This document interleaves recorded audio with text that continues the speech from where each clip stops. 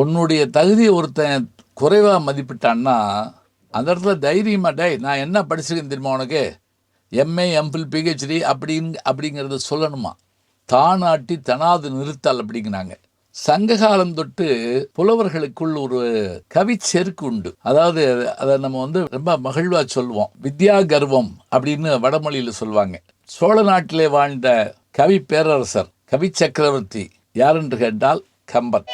கண்ணி அழிந்தனல் கங்கை திரம்பினல் பொன்னி கரையழிந்து போனாளில். வாழ்ந்த காலத்தில் குலோத்துங்க மன்னன் ஆண்டு கொண்டிருந்தான். ஆனால் அந்த மன்னன் அவரை ஆதரிக்கவில்லை. யார் ஆதரித்தார் என்றார், திருவண்ணநல்லூரிலே வாழ்ந்த சடையப்பொள்ளல் தான் அவரை ஆதரித்தார். கம்பனை ஆதரிக்காது மட்டுமில்லை, கோபமாகவும் சில சொற்களை அந்த மன்னன் சொல்லிவிட்டான் போல் இருக்கிறது.